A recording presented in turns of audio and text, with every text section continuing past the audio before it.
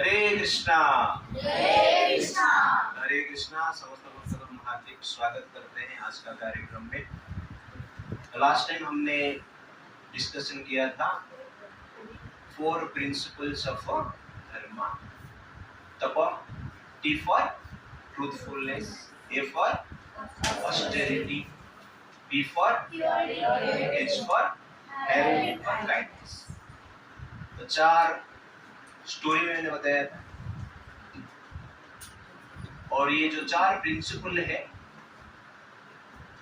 ये धर्म का 4 सिद्धांत है, पिलर है, जिसके ऊपर धर्म अपना स्थान में रहता है। ये 4 नष्ट हो जाता है, धर्म नष्ट हो जाता है। और उसके साथ साथ 4 पुरुषार्थ हमने डिस्कशन किया। 4 पुरुषार्थ क्या क्या है? धर्म, अर्थ, काम, मोक्ष। तो धर्म हमने डिस्कशन किया। अर्थ मतलब धन संपत्ति, पावर, पोजीशन, प्रॉपर्टीज, ये है अर्थ। और काम मतलब एंजॉय। तो हमें धर्म के अनुसार अर्थ प्राप्त करना चाहिए और अर्थ को धर्म के लिए यूज करना चाहिए। राइट? यहां तक हमने डिस्कशन किया। तो लास्ट टाइम हमने 4 प्रिंसिपल ऑफ धर्म और 4 पुरुषार्थ, धर्म, अर्थ, काम, मोक्ष, 4 वर्ण। तो सब लोगों ने वर्ण आश्रम सुना रहे। क्या क्या है 4 वर्ण? किसको पता है? 4 आश्रम किसको पता है? तो ये सनातन धर्म का जो है बेसिक नॉलेज, जो हमें जानना अत्यंत आवश्यक है। तो 4 वर्ण क्या है? मेरे पीछे आप लोग बोलिए। ब्राह्मण, क्षत्रिय, वैश्य। ब्राह्मण, क्षत्रिय, वैश्य। शूद्राणां च परन्तप। शूद्राणां च परन्तप। कर्माणि प्रविभक्तानि स्वभाव प्रभवै गुणैः। तो ब्राह्मण, क्षत्रिय, वैश्य, शूद्र, ये 4 वर्ण है। तो 4 वर्ण क्या है? ब्राह्मण, क्षत्रिय, वैश्य, शूद्र। और ये वर्ण किसके आधार पर है? जन्म के आधार पर है। किसके आधार पर है? कर्माणि प्रविभक्तानि, कर्म के आधार पर। स्वभाव प्रभवै गुणैः, स्वाभाविक गुण के आधार पर। तो जन्म के अनुसार ब्राह्मण, क्षत्रिय, वैश्य, शूद्र नहीं होते। कर्म के अनुसार, गुण के अनुसार, स्वभाव के अनुसार होते। तो हु इज ब्राह्मण? ब्राह्मण कौन है? नहीं, आज आपको नया सुनना है। नया मतलब सही चीज सुनना है। ब्राह्मण वो है जो कि इंटेलेक्चुअल्स,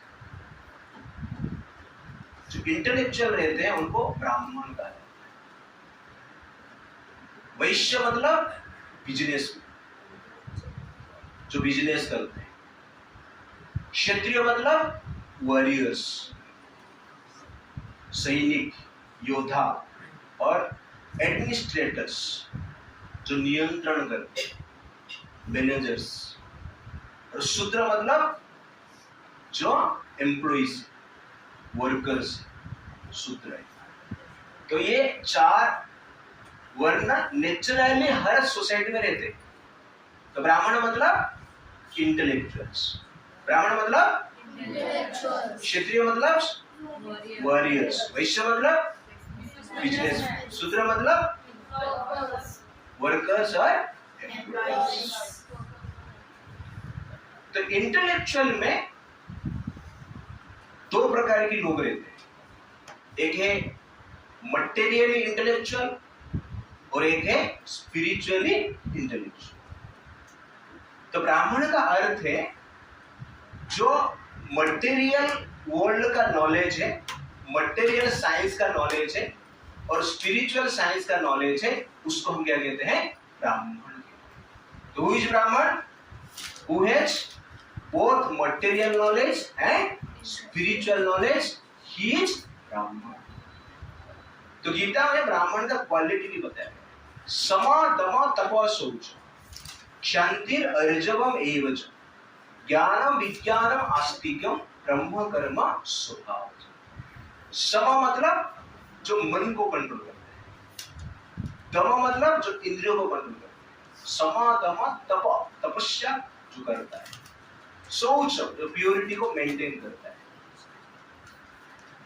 शांति जो टॉलरेट करता है, अर्जवम जो ट्रूथफुलनेस जो कि ट्रूथ को फॉलो करता है, सत्य को फॉलो करता है, ज्ञान विज्ञान, ज्ञान मतलब मटेरियल नॉलेज जिसके पास है, जो जानता है मटेरियल साइंस, विज्ञान मतलब स्पिरिचुअल साइंस, ज्ञान विज्ञान अस्तित्व, अस्तित्व मतलब राइटियसनेस, धर्म को जो फॉलो करता है। ये ब्राह्मण का 9 क्वालिटी गीता में बताया, इस लोग बाद में याद करेंगे। तो ब्राह्मण कौन पता चल गया? ओके। उसके बाद कौन है? क्षत्रिय। तो क्षत्रिय का क्वालिटी क्या है? तेज शौर्य धृति दक्ष युधे च अपलायन दानव ईश्वर भावस्य क्षेत्र कर्म स्वभाव। शौर्य, शौर्य मतलब वीरता और करेज, साहस। तेज शारीरिक बल और उसके साथ साथ क्या है? शरीर में तेज, उसको कहते हैं तेज। शौर्यम तेज धृति डिटरमाइंड, दक्ष स्किलफुल, एक्सपर्ट इन फाइटिंग और एक्सपर्ट इन मैनेजिंग, लीडरशिप करने की क्वालिटी जिसके पास, उसको क्या कहते हैं? क्षत्रिय। उसके साथ साथ निर्भीक होना चाहिए। युद्धे च अपलायन, भय से भागता नहीं है युद्ध क्षेत्र से। युद्धे च अपलायनम दानम ईश्वर भावस, दान भी करते हैं, कंट्रीब्यूशन करते हैं, सोशल वर्क करते हैं और ईश्वर भाव से नियंत्रण करने की कैपेसिटी उनके पास, उनको हम क्या कहते हैं? क्षत्रिय कहते हैं और वॉरियर्स कहते हैं और एडमिनिस्ट्रेटर्स कहते हैं।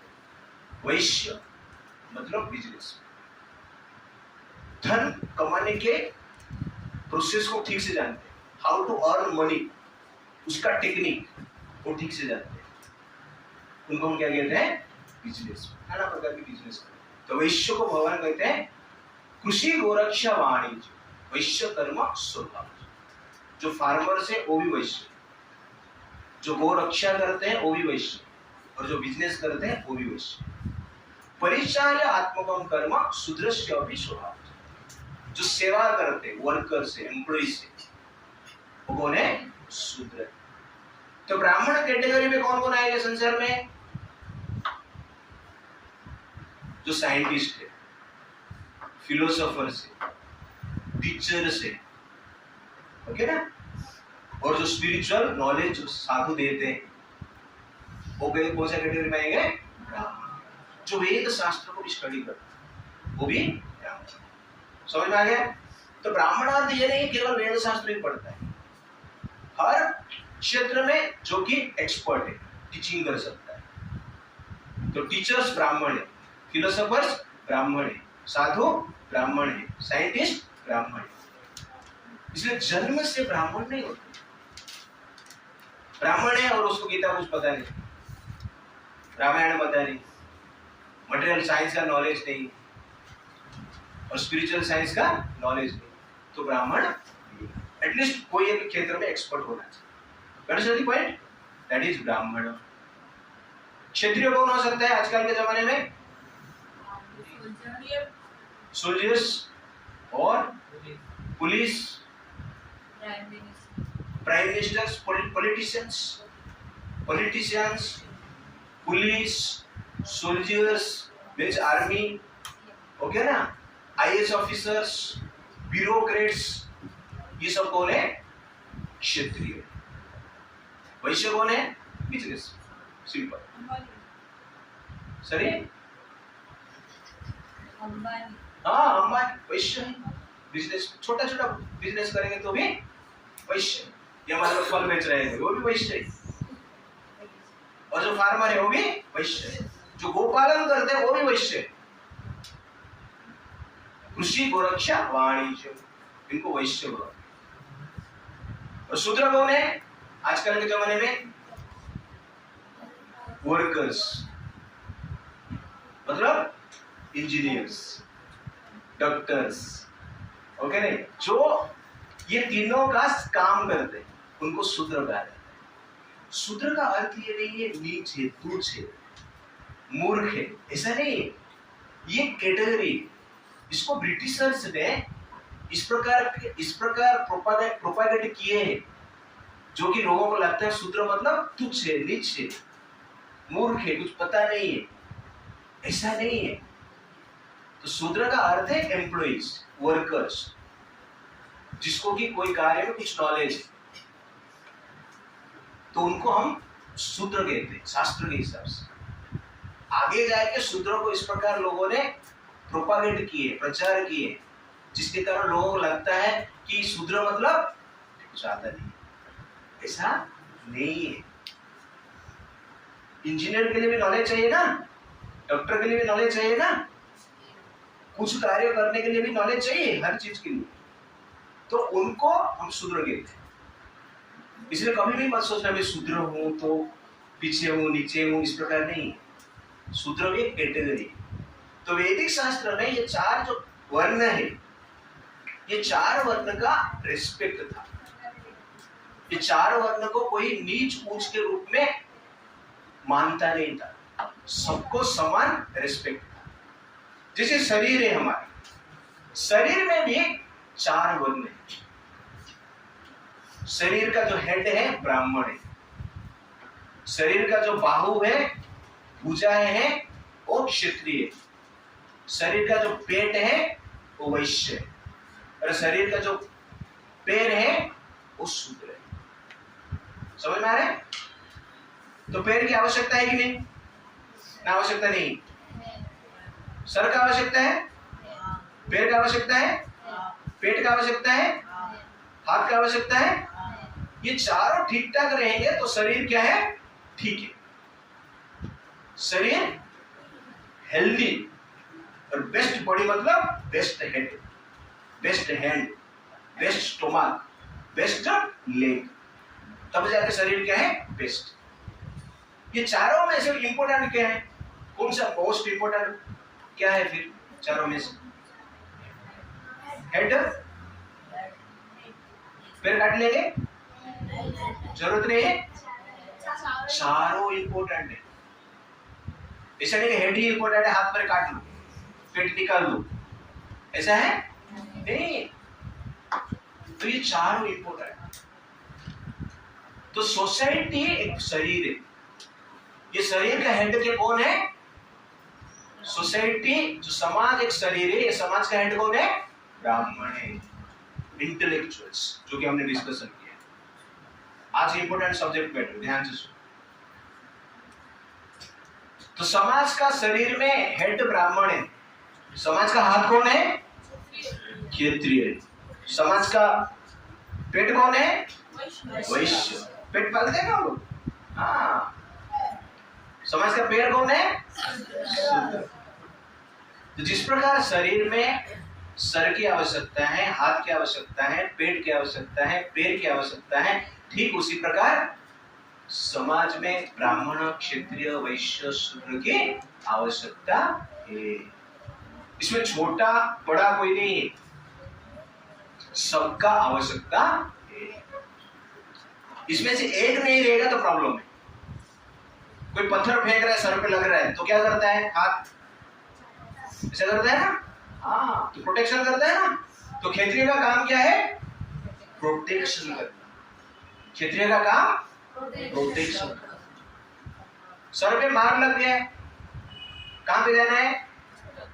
हॉस्पिटल जाएंगे ना, ट्रीटमेंट करेंगे ना। तो शरीर हॉस्पिटल कैसे जाएगा? चल के गए। तो शूद्र का काम क्या है? लोगों को हेल्प करना। उठाने के लिए लोग चाहिए ना, एम्बुलेंस आएगा, उठा के रखेगा, बाद में हॉस्पिटल जाएगा, हॉस्पिटल में ट्रीटमेंट होगा, सब कौन कर रहा है?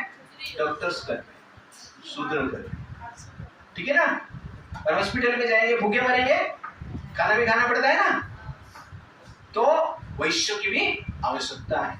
तो कहने का अर्थ है कि समाज में ब्राह्मण, क्षत्रिय, वैश्य, शूद्र की आवश्यकता है। जिस समाज में ब्राह्मण, क्षत्रिय, वैश्य, शूद्र साथ मिलकर काम करते हैं, वो समाज क्या है? श्रेष्ठ है, उन्नत है, समृद्ध है और शांतिपूर्ण ढंग से रह सकते हैं। शरीर में हाथ, पेट, सर और पैर के बीच में कंपटीशन होता है।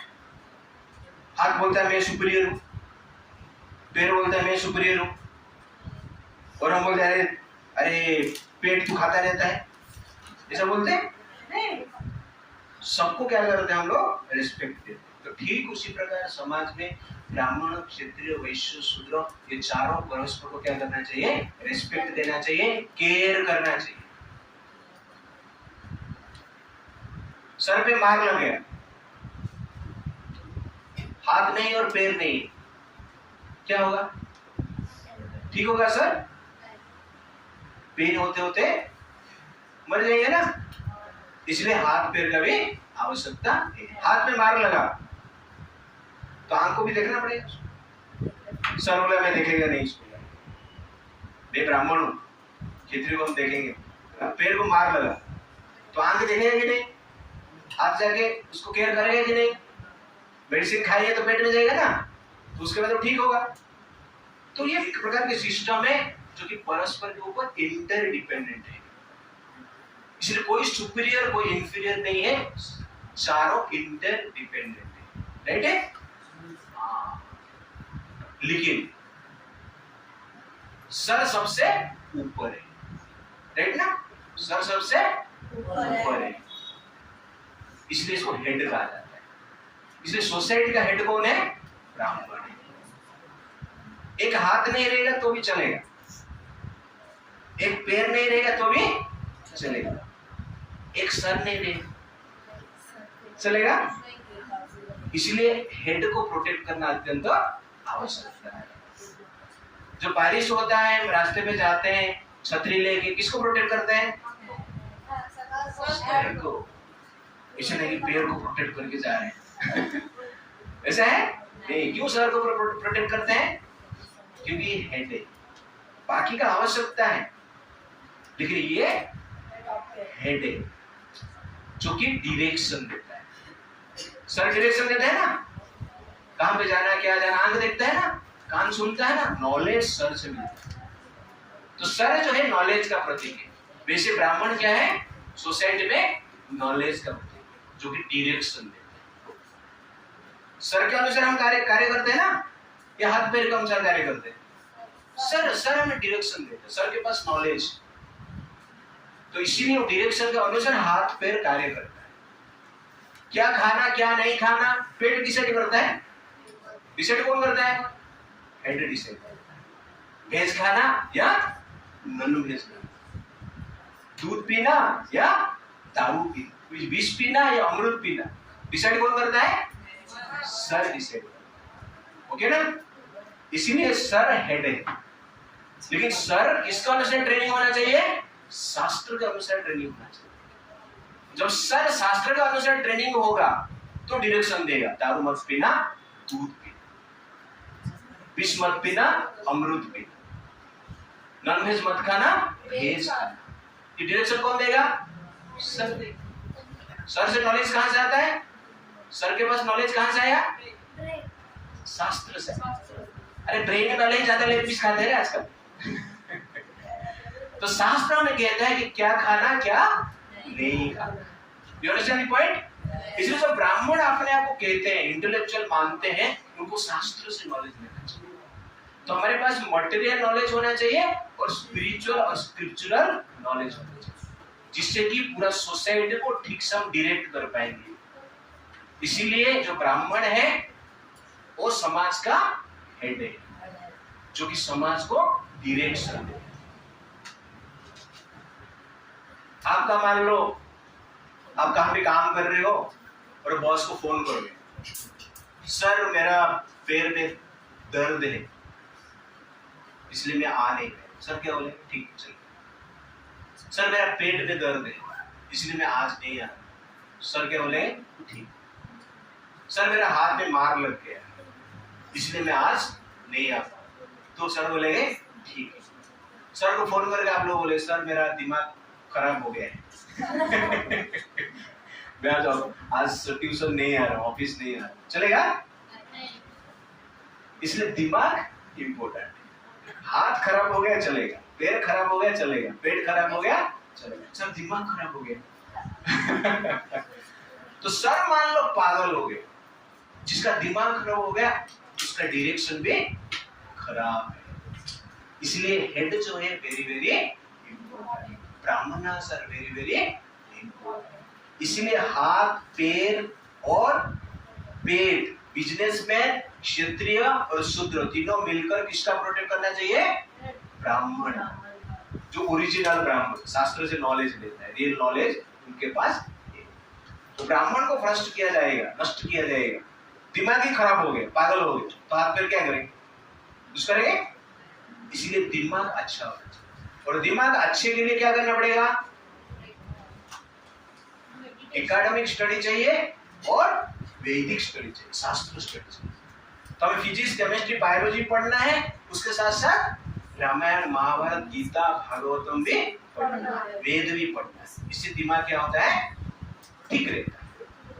लेकिन रामायण, महाभारत, वेद, शास्त्र, उपनिषद अलग रख दिया, पढ़ाई नहीं, केवल हम एकेडमिक नॉलेज ली, मतलब क्या हुआ? आधा दिमाग वाले, इसे है ना? आधा दिमाग वाला मतलब क्या? पागल, राइट ना? तो इसलिए हमें शास्त्र का नॉलेज भी चाहिए और उसके साथ साथ मटेरियल साइंस का भी नॉलेज। तो आप लोगों में से कितने लोग यहाँ पर ब्राह्मण हैं? ब्राह्मण का क्वालिटी आप लोगों ने सुना? जो कि वेद शास्त्र का नॉलेज है, मन को कंट्रोल किया है, इंद्रियों को कंट्रोल किया है, सहन करता है, सत्य को पालन करता है, शास्त्र का नॉलेज है और धर्म को फॉलो करता है, ये है ब्राह्मण। कौन कौन है यहाँ पर ब्राह्मण? कोई ब्राह्मण। क्षत्रिय मतलब क्या है?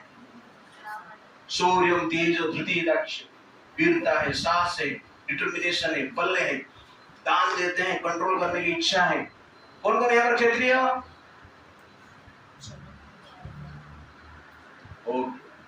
वैश्य। वैश्य मतलब बिजनेस में, जिसको पैसा ही पैसा चाहिए और बिजनेस करने का आइडिया करता रहता है। कौन है यहाँ पर वैश्य? हाँ, आयुष वैश्य है, ठीक है, बिजनेस करेगा बड़े हो गए, ऑलरेडी तुम्हारा बिजनेस है, हाँ ठीक है। और कौन वैश्य है? हाँ, क्या करेंगे भविष्य में? बिजनेस करेंगे। अभी क्या कर रहे हैं पिताजी?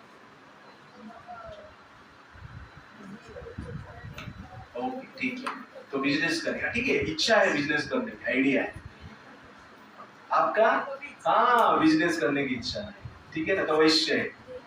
शूद्र कौन कौन है? शूद्र मतलब एम्प्लॉय, काम करना है, इंजीनियर बनना है, डॉक्टर बनना है, करके क्या करेंगे? किस बिजनेसमैन का काम करेंगे ना, किस क्षेत्रीय का काम करेंगे। पॉइंट। तो शूद्र मतलब कुछ खराब नहीं है, सब लोग शूद्र प्रभु जी हम खुद से नीच से इस प्रकार नहीं। मान लो आपको शादी करना है, जो ब्राह्मण है उसको कैसे लड़की चाहिए? बुद्धिमान, गुणवान, ऐसे लड़की जिसको चाहिए वो ब्राह्मण है। लड़की को भी कैसा लड़का चाहिए? बुद्धिमान होना चाहिए, गुणवान, तो ब्राह्मण कैटेगरी। जो क्षत्रिय है उसको कैसा लड़की चाहिए? शौर्य, तेज, थोड़ा साहसी, कॉरेज, हीरोइज्म, इस प्रकार का कंट्रोल करने की इच्छा, इस प्रकार की लड़की चाहिए। और लड़की को भी ऐसे जो कि लड़का चाहिए, तो उसके अनुसार शौर्य, तेज, धृति, दाक्ष होते हैं। तो कौन है? क्षत्रिय। वैश्य, शादी करना है, क्या चाहिए? पैसा डाउरी, इतना पैसा दो वो शादी करो, वो कौन है? वैश्य। शूद्र क्या है? कुछ नहीं चाहिए, दिखने में सुंदर होना चाहिए, ओके, वही चाहिए बस। दैट इज एक्चुअली कौन है? शूद्र। तो इस प्रकार आप एनालाइज कर सकते हैं कि आपको आपका इंटरेस्ट क्या है, वास्तव में आप क्या चाहते हैं। आप कंट्रोल करने की इच्छा है, या इंटेलेक्चुअल आप हैं, या पैसे के प्रति बिजनेस करने की इच्छा है, या सेवा करने की इच्छा। तो उसके हिसाब से आप अपना नेचर को फाइंड कर सकते हैं। आगे जाके इसके बारे में हम डिटेल में देखें। तो यहाँ पर हमने 4 वर्ण देखा। क्या क्या देखा? क्या क्या 4 वर्ण? ब्राह्मण, क्षत्रिय, वैश्य, शूद्राणां च परन्तप कर्माणि प्रविभक्तानि स्वभाव प्रभवै गुणैः। ब्राह्मण, क्षत्रिय, वैश्य, शूद्र, ये जो 4 है, गुण के अनुसार, कर्म के अनुसार और स्वभाव के अनुसार निर्णय किया जाता है, जन्म के अनुसार नहीं। और गीता में ये भी भगवान कहते हैं चतुर्वर्ण मया सृष्टम गुण कर्म विभाग। क्लियरली कहते हैं कि ये 4 प्रकार का जो वर्ण है मेरे द्वारा निर्माण हुआ है और गुण के अनुसार, कर्म के अनुसार निर्माण किया है। कोई ब्राह्मण फैमिली में जन्म हो सकता है, शूद्र भी हो सकता है, और कोई शूद्र फैमिली में जन्म है वो ब्राह्मण भी हो सकता है, उसका गुण और कर्म के अनुसार। ठीक है? और ये सोसाइटी में नेचुरल एग्जिस्ट है, इसको आप डिस्ट्रॉय नहीं कर सकते, ये साइंटिफिक है। ब्राह्मण मतलब सोसाइटी का हेड, क्षत्रिय मतलब सोसाइटी का हाथ, वैश्य मतलब सोसाइटी का, शूद्र मतलब सोसाइटी का। इसलिए ये डिवीजन है, ये जो डिवीजन है साइंटिफिक है। इसलिए हमारा वेद क्या है? साइंटिफिक। ये सब नॉलेज आप याद रखो और अपना दोस्तों के साथ शेयर करते हैं। जो आप सुन रहे हो शेयर करते हो दोस्तों के साथ, हाँ थोड़ा वो शेयर करते हैं। आगे बढ़ते हैं। 4 वर्ण पता चल गया? ओके, अभी 4 आश्रम हम देखें मेरे पीछे आप लोग। ब्रह्मचर्य, गृहस्थ, वानप्रस्थ, संन्यास।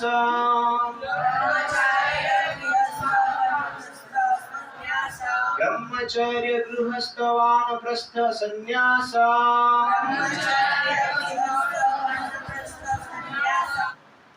तो 4 वर्ण है, उसके साथ साथ 4 आश्रम। ब्रह्मचर्य मतलब स्टूडेंट लाइफ, गृहस्थ मतलब हाउस होल्ड लाइफ, वानप्रस्थ मतलब रिटायर्ड लाइफ, संन्यास मतलब रिनाउंस्ड लाइफ। ये 4 आश्रम है। और उसके साथ साथ सधर्माचार पंचविध स्मृता, 5 प्रकार के धर्माचार है, 5 प्रकार के यज्ञ है जिसके अनुसार हमें जीना चाहिए। इसको शास्त्र कहता है पंच यज्ञ कहता है। तो पहला यज्ञ है देव यज्ञ, सेकंड है ऋषि यज्ञ, थर्ड है पितृ यज्ञ, फोर्थ है मनुष्य यज्ञ, फिफ्थ है पशु यज्ञ और भूत यज्ञ।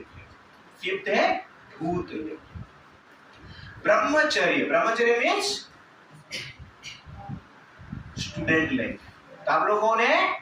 ब्रह्मचारी।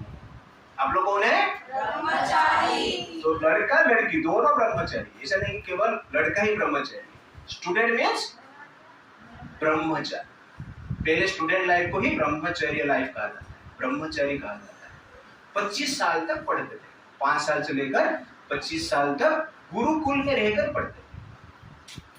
लड़कियां घर पे पढ़ते थे, गुरुकुल नहीं जाते। घर पे उनको टीचर आते थे, ब्राह्मण आते थे, होम कोचिंग होता था।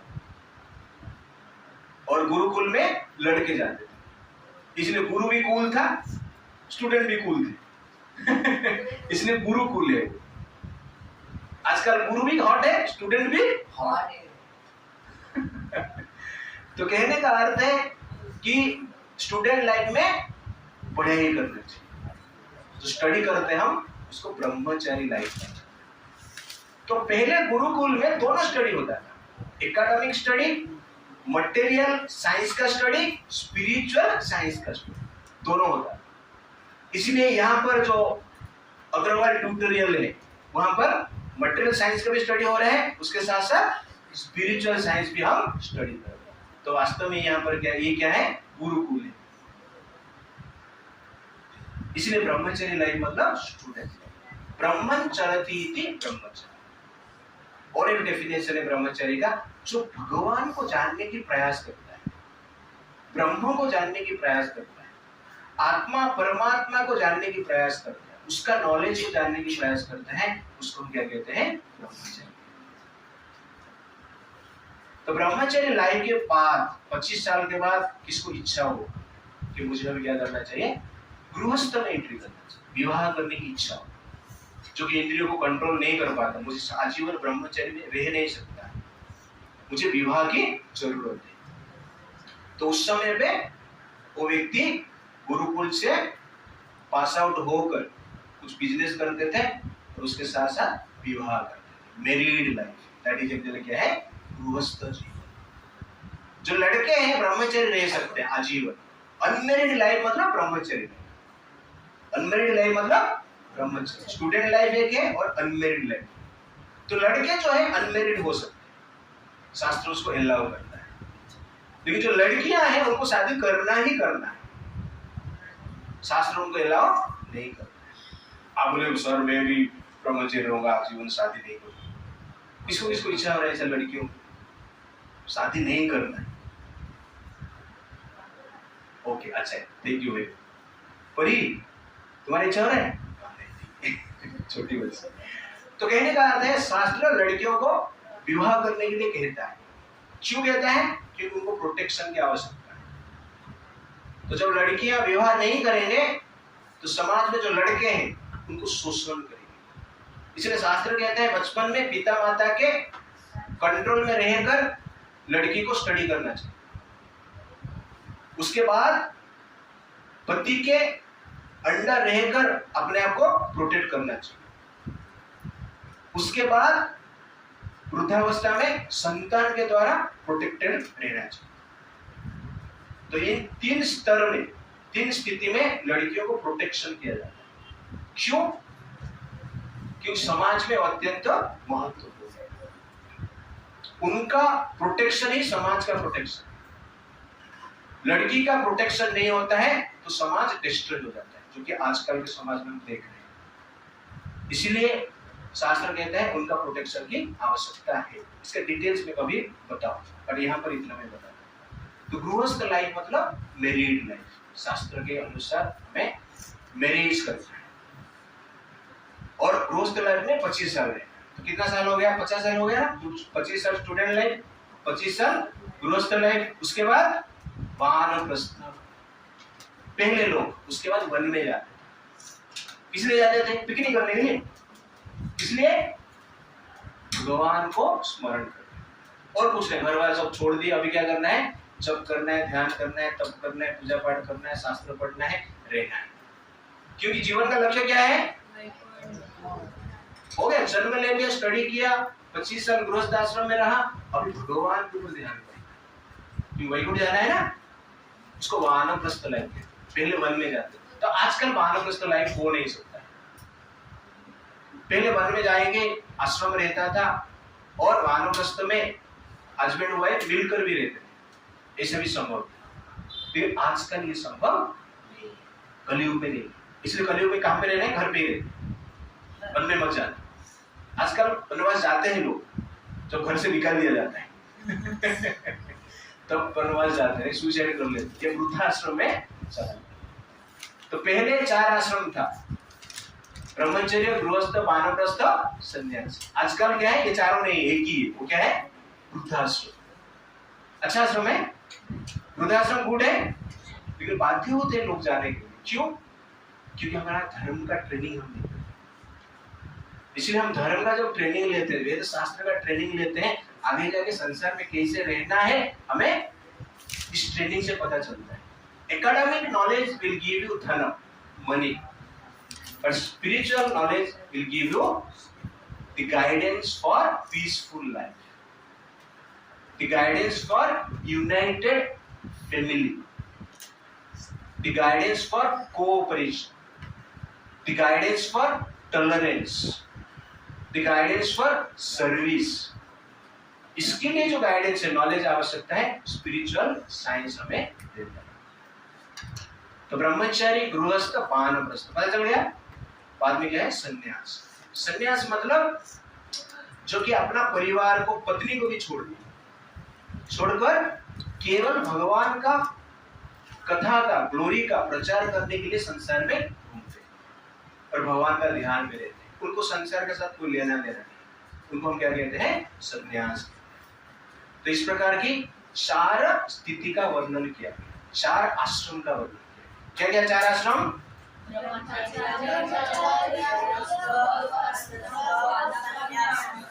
ब्रह्मचारी, गृहस्थ, वानप्रस्थ, तो ये साइंटिफिक है ना।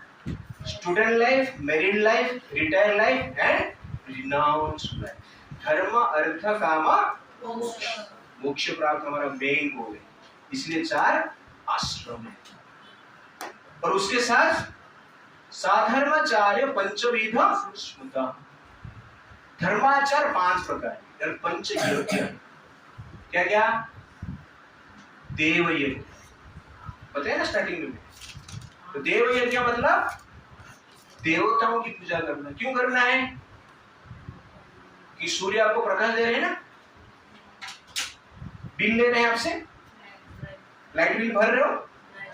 नहीं, लाइट बिल भरते हो, सनलाइट बिल भर रहे हो तो बिल भरना चाहिए ना।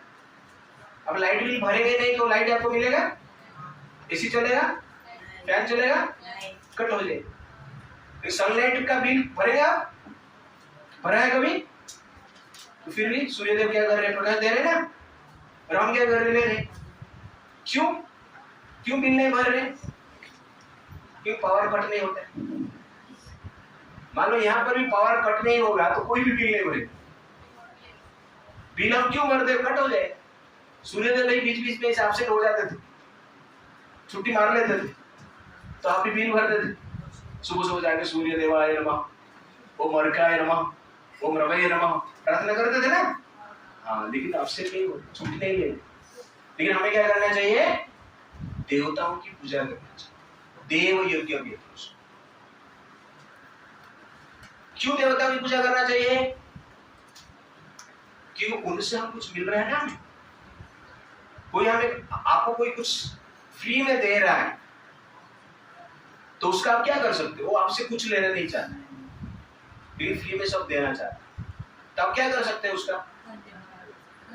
धन्यवाद मतलब थैंक यू वेरी मच प्रभु, इतने ही उनका रिस्पेक्ट करना चाहिए, उनका पूजा करना चाहिए, उनका गुणगान करना चाहिए। यू अंडरस्टैंड ना? दैट इज कॉल्ड पूजा। इसलिए देव यज्ञ मतलब देवताओं की पूजा करना, सूर्य को प्रणाम करना है। सुबह सुबह उठ के आज कौन कौन सूर्य को देखा है? सचमुच देखा है आप लोग? हाँ, थैंक यू वेरी मच। कैसे दिख रहे थे आज? थोड़ा काला दिख रहे थे, लग रहे लाल। तो सूर्य देव का पूजा करो, अग्नि देव का पूजा करो, वायु देव का पूजा करो, जल का पूजा करना, ओके ना? चंद्र देव का पूजा करना, इंद्र देव का पूजा करना, इसको कहते हैं देव यज्ञ। इस सबको हम नहीं कर सकते, इसलिए किसका पूजा करना चाहिए? कृष्ण का पूजा करना। क्यों? क्योंकि कृष्णा भगवान, समस्त देवता का देवता, इसलिए उनको पूजा कर लेते हैं तो क्या हो जाता है? सबका पूजा हो जाता है। डायरेक्ट बिल आपने भर दिया हेड ऑफिस में, तो बाकी जो ऑफिसर से खुश हो जाते हैं। वैसे कृष्ण का भक्ति हम करते हैं तो जनरली क्या हो जाता है? बाकी देवताओं का भी भक्ति। तो देव यज्ञ करने चाहिए या नहीं करना चाहिए? तो अब नहीं कर रहे मतलब क्या है? ग्रेटफुल नहीं। Therefore, we should be very grateful to देवतास, दैव। आवश्यकता है ये, राइट ना? हम लोग पूजा नहीं कर रहे, इसका मतलब क्या है? अनग्रेटफुल है। और कितना अच्छा टैक्स है यार, आपको पानी मिल रहा है, हवा मिल रहा है, लाइट मिल रहा है, हीट मिल रहा है, धरती से सब कुछ ग्रेन्स वेजिटेबल्स उत्पन्न हो रहा है, ये आवश्यकता है ना? मटेरियल्स भी मिल रहा है, सोना चांदी भी मिल रहा है, कहाँ से आ रहा है? प्रकृति से आ रहा है। प्रकृति किसका है? कृष्ण का है। और कृष्ण कौन सा टैक्स मांग रहे हैं? कौन सा टैक्स मांग रहे हैं कृष्ण? भक्ति। बोलते मत बना मोहम्मद भक्त, मेरा नाम स्मरण करो, ये मेरा टैक्स। अच्छा टैक्स है ना? कुछ डिफिकल्टीज है? मान लो मोदी जी बोल रहे हैं तुम लोग मेरा नाम जप करना, तुमको लाइट फ्री है, पानी फ्री है, रोड टैक्स नहीं है, जीएसटी फ्री है, तो आप लोग क्या करोगे? सर कितना माला जप करना है? 16 माला 32 करता हूँ डेली, करेंगे ना आप लोग? लेकिन भगवान बोल रहे तो कोई करता है। तो भगवान कितना दयालु है बोलिए।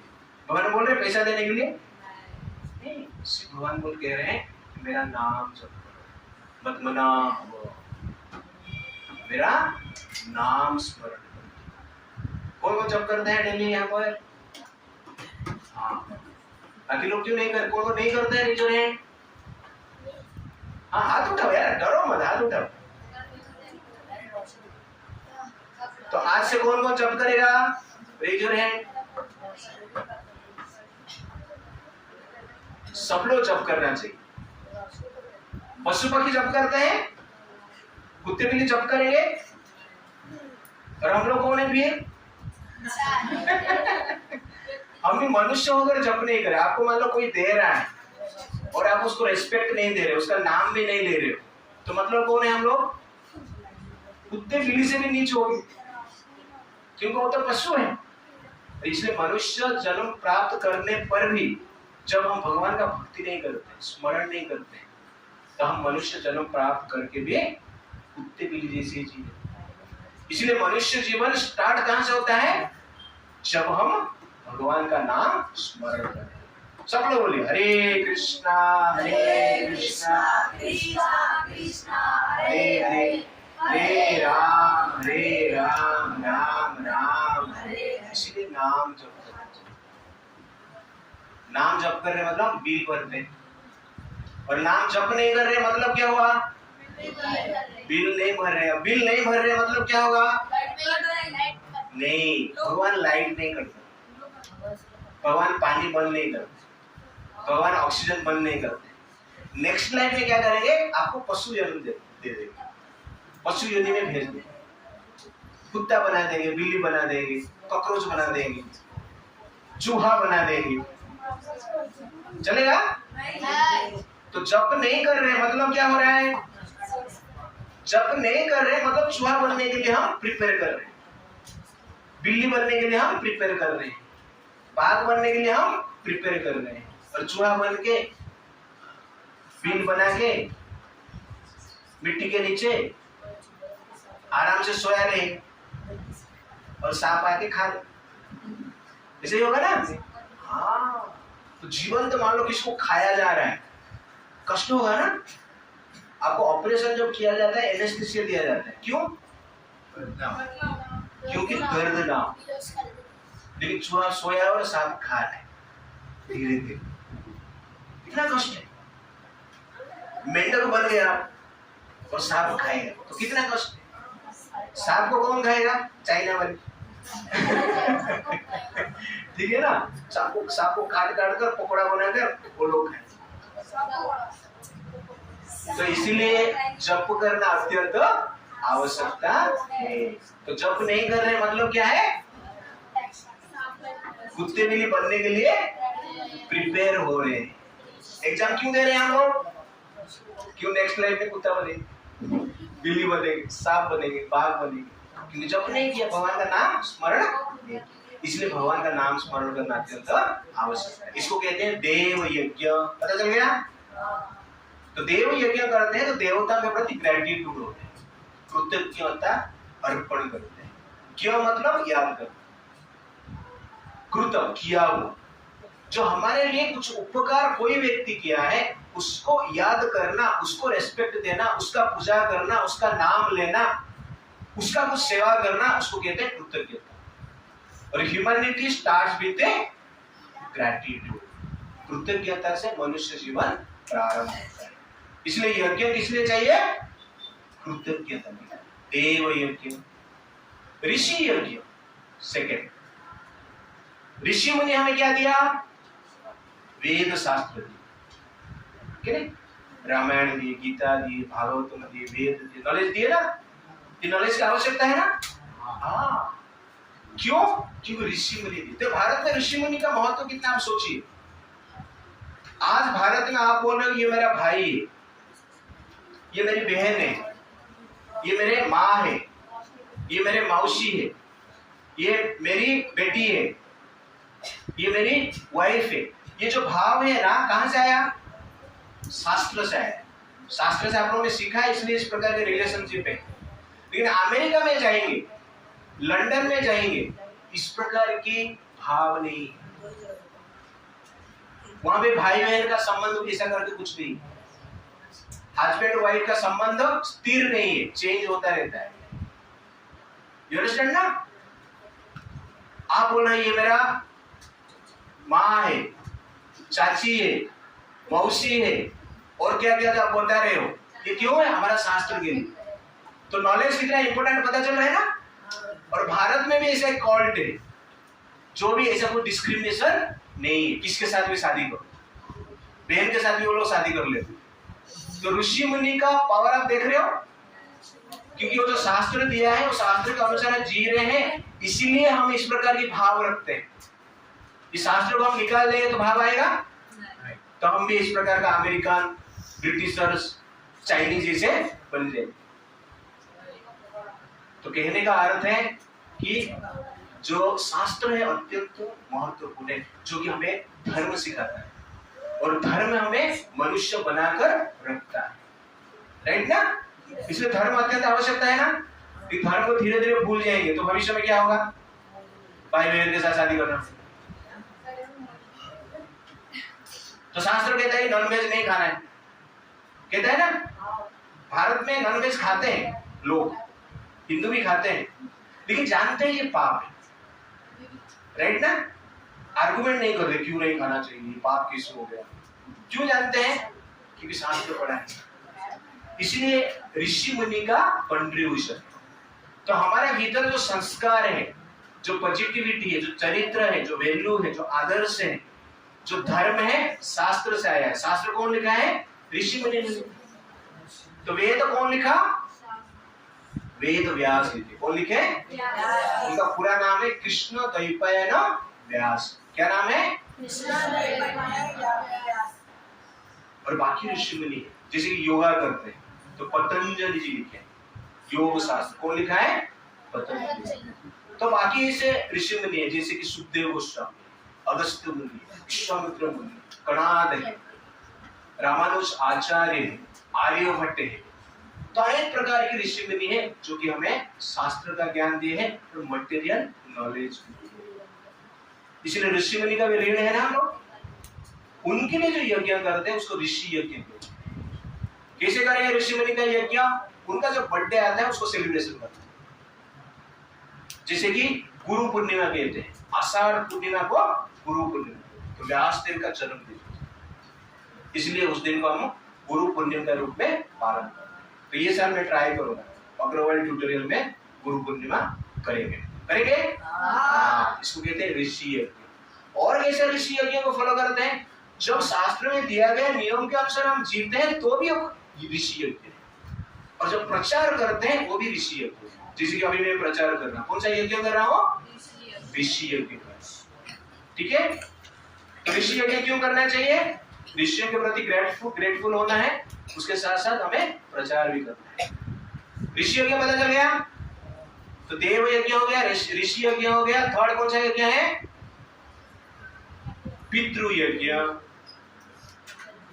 हमारे जो पितृ लोग, पितृ पुरुष है, हमारा जो दादाजी है, परदादा है, उनका पिता माता है, उनको हम क्या कहते हैं? पितर कहते हैं। वो भी हमारे लिए कुछ कंट्रीब्यूट किए कि नहीं? क्यों क्या किए कंट्रीब्यूट? कि जो पिता माता हमें शरीर दिए हैं, वो पिता माता का शरीर कहां से मिला है? उनके पिता माता से। इसीलिए उनके प्रति भी हम ऋणी हैं। उसके साथ साथ प्रॉपर्टी भी रखे हैं, जमीन रखे हैं, घर रखे हैं, ठीक है नहीं? इसलिए उनके प्रति भी हमारा कुछ कर्तव्य है। कहने का अर्थ है कि हमारा पूर्वज जो है, पितृ है, दादाजी है, परदादा है और उनके पिता माता है, हमारे लिए कंट्रीब्यूट किए, उनके लिए भी जो यज्ञ है उनको पितृ यज्ञ कहते हैं और उसको ही हम क्या कहते हैं? श्राद्ध कहते हैं। क्या कहते हैं? जो मनुष्य है वो श्राद्ध करते हैं, पूर्वजों को याद करते हैं।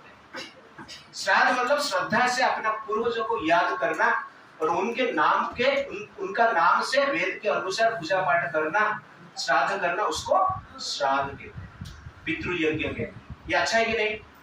मनुष्य भी ये करना चाहिए ना, तो देव यज्ञ करना चाहिए, ऋषि यज्ञ करना चाहिए, पितृ यज्ञ नहीं करते। पशु पक्षी ये करेंगे तो हम नहीं कर रहे, मतलब क्या हो गया? पशु पक्षी जैसे हो गए। बाकी जो कल्ट है वो नहीं करते, इसका अर्थ क्या है? पशु पक्षी जैसे। मनुष्य शरीर में एनिमलिस्टिक लाइफ जी रहे, आहार निद्रा भय, लेकिन हमें ये पितृ यज्ञ करना, ऋषि यज्ञ करना और देव यज्ञ करना। औरंगजेब ने उसका पिताजी को जेल में डाल दिया, उसको भाई को भी मार दिया, उसको पिताजी को खाना नहीं देता। तो औरंगजेब को उसका पिताजी एक बार बोले, शाहजहां, अरे बेटा तू इतना नालायक, ये हिंदू लोग तो अच्छे हैं, हिंदू लोग इतने अच्छे हैं कि उनका पूर्वज कोई मर जाने के बाद भी वो उनको पानी देते, और तू साला मैं जिंदा हूं फिर भी पानी नहीं देता।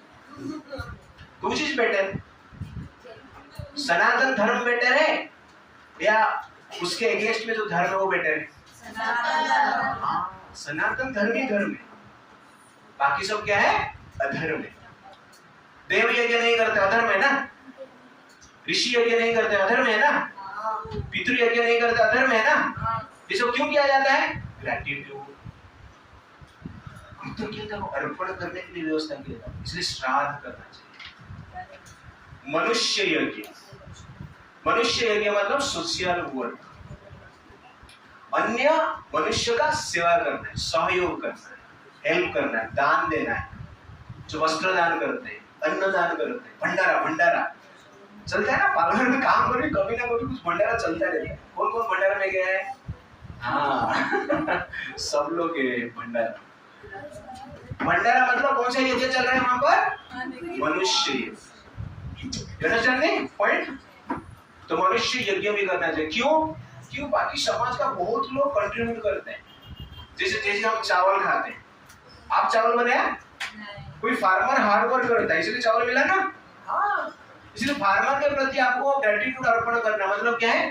अन्नदान करो, फार्मर आएगा खाएगा, वो कुछ हेल्प करो उनको।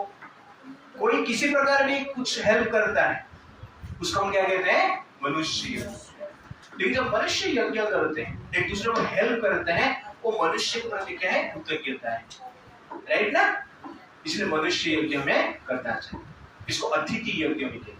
कोई अतिथि घर पे आया है, उनका भी सत्कार करना चाहिए। It's like that. एक बार एक अतिथि आए थे एक घर में, और उनका पिता माता उनको कुछ बिस्किट दिए थे, उसके साथ साथ रसगुल्ला दिए थे और कुछ फरसन भी दिए थे और उसके साथ कुछ फल भी दिए थे। तो उसका बेटा था बाजू में बैठ के देख रहा था, तो अतिथि सब खा ली, बाद में फल मूल सब बचा। अतिथि जाते जाते बोल रहे, बेटा सब ठीक है ना? हाँ ठीक। और किसे लगा? ना क्या लगेगा, आप तो सब खा लिया, फल मूल मनुष्य यज्ञ की आवश्यकता है, तो परस्पर के प्रति ग्रेटिट्यूड, मान सम्मान देना भी आवश्यकता है, इसको कहते हैं मनुष्य यज्ञ। और अंत में कौन सा यज्ञ आया? हो जाएगा भूत यज्ञ। भूत यज्ञ मतलब अन्य जीव के प्रति दया दिखाना, अन्य जीव के प्रति सहानुभूति होना, जैसे कि प्लांट प्रोटेक्शन, वृक्ष रक्षण करना, ये भी भूत यज्ञ। वृक्षों को काटना नहीं, पेड़ लगाना है। तो वेद शास्त्र में वृक्षों को काटेंगे तो भी पाप माना जाता है, इसलिए वृक्षों पहले काटते नहीं, अत्यावश्यक होता था तो काट देते और लगा देते। भूत यज्ञ, अन्य जीव को मारना नहीं, काटना नहीं। अन्य जीव को भी क्या करना है, खाना देना है। तो हमारा शास्त्र इस प्रकार कहा जाता है कि आप घर पे खाना बनाओ और बाहर जाके 3 बार बुलाओ, कोई भूखा है क्या, कोई भूखा है क्या, कोई भूखा है क्या, आइए। कोई नहीं आएगा तो भोजन करो, ऐसा पहले बुला देते। आजकल क्या कोई आ जाएगा तो दरवाजा बंद कर दो लेकिन इस प्रकार करते, तो इस प्रकार होना नहीं चाहिए। और उसके साथ साथ कुत्ते बिल्ली के लिए भी खाना बना दो, जो बचता था बाकी पशु पक्षी को भी देते थे। पहले होटल नहीं होता था, कहां पर भी भारत, लोग जो भ्रमण करते थे घर पे जाके खाते थे, मंदिर में जाके खाते थे, पानी बेचते नहीं थे, खाना नहीं बेचते थे, तो पानी का तो छोड़ दीजिए। तो एडवांस सोसाइटी क्या है फिर, जो सोसाइटी में पानी बेचा जा रहा है, जो सोसाइटी में आहार बेचा जा रहा है, नहीं, जो सोसाइटी में पानी फ्री है, आहार फ्री है। आप किधर भ्रमण करने के लिए गए, धाम यात्रा करने के लिए गए, तो लोग क्या करते थे, बुला बुला के खिलाते थे। क्यों? क्योंकि ये भूत यज्ञ है, पशु पक्षी को भी खाना देना है। इसीलिए छत के ऊपर पानी रखा जाता, तालाब बनाया जाता, गाय को पानी पिलाने के लिए नाना प्रकार की कुंड बना जाता है, गोचारण भूमि का। तो अन्य जीव का रक्षण प्रोटेक्शन करने के लिए भी हमारा शास्त्र कहता है। तो कितना साइंटिफिक है वेद शास्त्र, सनातन धर्म कितना साइंटिफिक है, आपको पता चल गया। ये 5 यज्ञ से पता चलता है कि हम साइंटिफिक है और कितने दयालु है, कितने कोऑपरेटिव है। ये भावना केवल सनातन धर्म में। तो 5 यज्ञ क्या क्या है, देव यज्ञ, ऋषि यज्ञ, मनुष्य यज्ञ, भूत यज्ञ, और यज्ञ भूल पितृ यज्ञ। ठीक है ना, देवता, पहले आप देवता रहो, देव से नीचे ऋषि, ऋषि से नीचे पितृ, पितृ से नीचे मनुष्य, मनुष्य से नीचे भूत यज्ञ, अन्य जीव के प्रति ध्यान देना, प्रोटेक्शन करना, ये भी यज्ञ। ये 5 यज्ञ है। इसलिए हमारा धर्म जो है साइंटिफिक है और उसके साथ साथ भावनात्मक, दया भाव सबके प्रति रखता है। इसको ही धर्म कहेंगे ना, क्या बोल रहे हैं सिद्धि जी? हाँ, तो आपको प्रचार करना है, आगे जाएंगे करेंगे ना, ठीक है। तो ये श्लोक हम पढ़ेंगे। ब्रह्मचर्य गृहस्थ वानप्रस्थ संन्यास स्वधर्माचारः पंचविधः स्मृतः। ब्रह्मचर्य गृहस्थ वानप्रस्थ संन्यास स्वधर्माचारः पंचविधः स्मृतः।